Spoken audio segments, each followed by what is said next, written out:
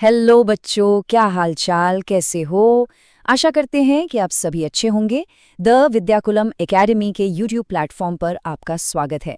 आज हम लोग पढ़ेंगे MS ऑफिस और माइक्रोसॉफ्ट 365। ये एक बहुत ही ज़बरदस्त और इम्पॉर्टेंट टॉपिक है जिसके सारे टेक्निकल डिटेल्स और एग्जाम ओरिएंटेड फैक्ट्स को आज हम मिलकर बिल्कुल क्लियर करने वाले हैं। तो सबसे पहले आज के सेशन का आउटलाइन देख लेते हैं।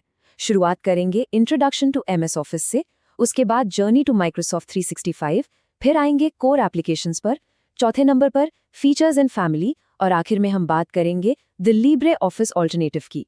चलिए बिना किसी देरी के शुरू करते हैं हमारे पहले हिस्से से, इंट्रोडक्शन टू MS ऑफिस। तो आखिर MS ऑफिस दरअसल है क्या?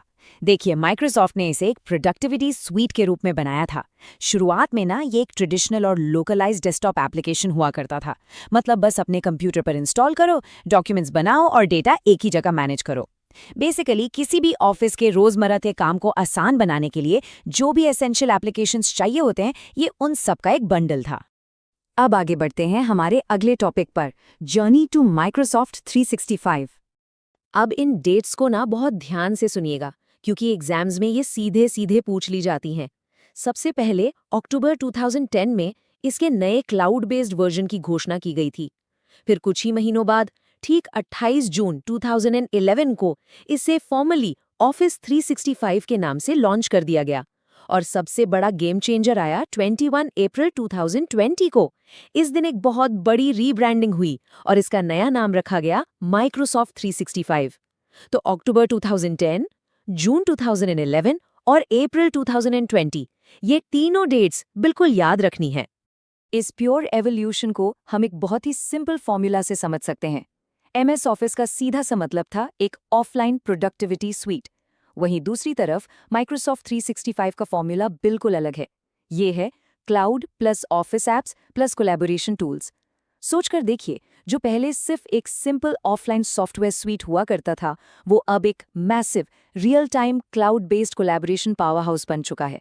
अब सब कुछ इंटरनेट के माध्यम से आपस में जुड़ा हुआ है। आइए अब तीसरे भाग पर आते हैं, जहां हम कोर एप्लीकेशंस को समझेंगे।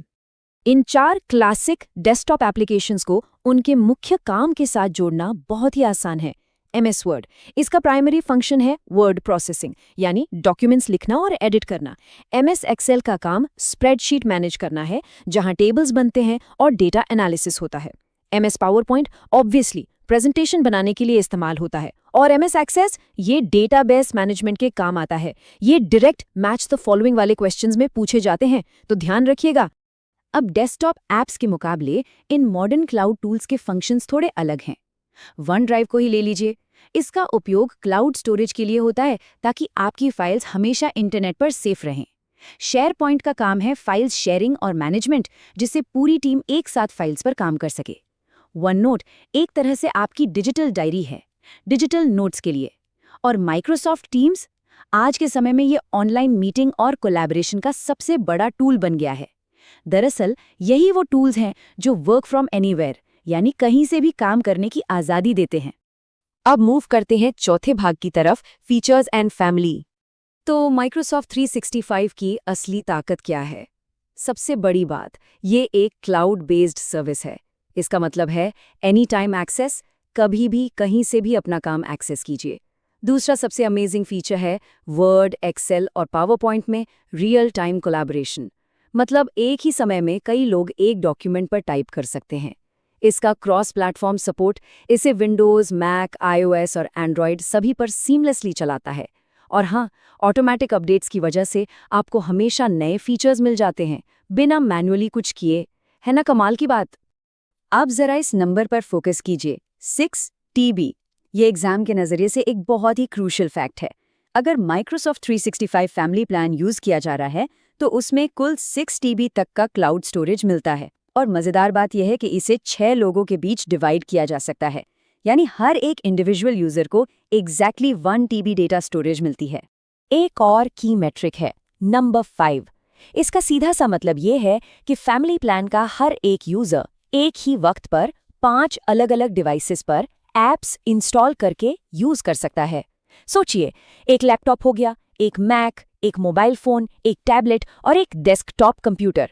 और इन सब जगह आपका काम बिना रुकावट सिंक होता रहेगा। देखिए, कोर ऐप्स तो अपनी जगह हैं, लेकिन Microsoft 365 अब एक बहुत ही विशाल इकोसिस्टम बन चुका है। इसमें आपको Skype for Business और Microsoft Publisher मिलता है। साथ ही Yammer जैसे ऐप्स हैं जो प्रैक्टिकली किसी कंपनी के अंदर एक एंटरप्राइज फेसबुक की तरह काम करता है।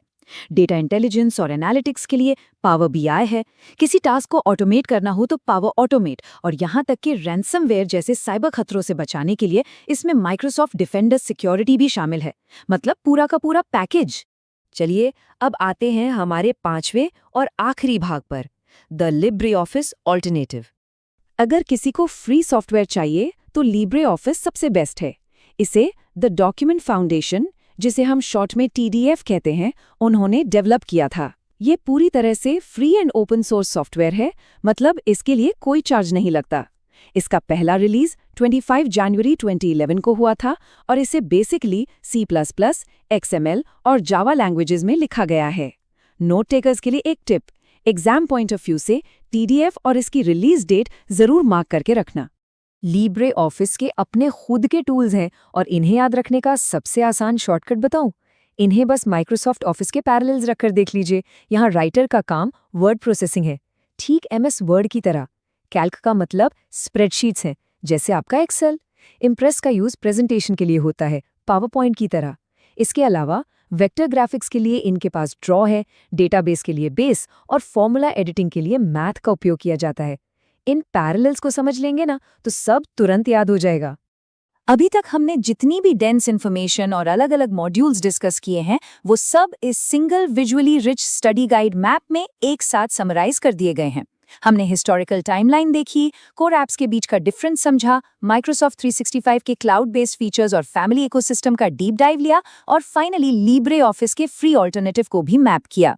ये मैप दरअसल इस पूरे टॉपिक की एक एब्सोल्यूट चीट शीट है जो रिवीजन के टाइम बहुत काम आएगी। तो इस पूरे स्ट्रक्चर को अच्छे से समझने के बाद एक सवाल आपके लिए छोड़कर जा रही हूँ। जैसे जैसे क्लाउड कोलैबोरेशन और ओपन सोर्स टूल्स और एडवांस होते जा रहे हैं, आपके हिसाब से आने वाले समय में डिजिटल वर्कस्पेसेस के लिए अगला बड़ा कदम या नेक्स्ट मेजर लीप क्या होगा? क्या ये आर्टिफिशियल इंटेलिजेंस पर कंप्लीटली निर्भर करेगा या कुछ और ही नया आएगा? इस पर विचार जरूर कीजिएगा। और हाँ, अगर आज का ये एक्सप्लेनर पसंद आया हो तो प्लीज़ लाइक और सब्सक्राइब जरूर करें, और इस टॉपिक्स के शॉर्ट नोट्स के लिए मेरा Telegram channel the Vidyakulam academy join करें, जिसका लिंक डिस्क्रिप्शन में दिया है। अच्छे से पढ़ाई करते रहिए, मिलते हैं अगले सेशन में।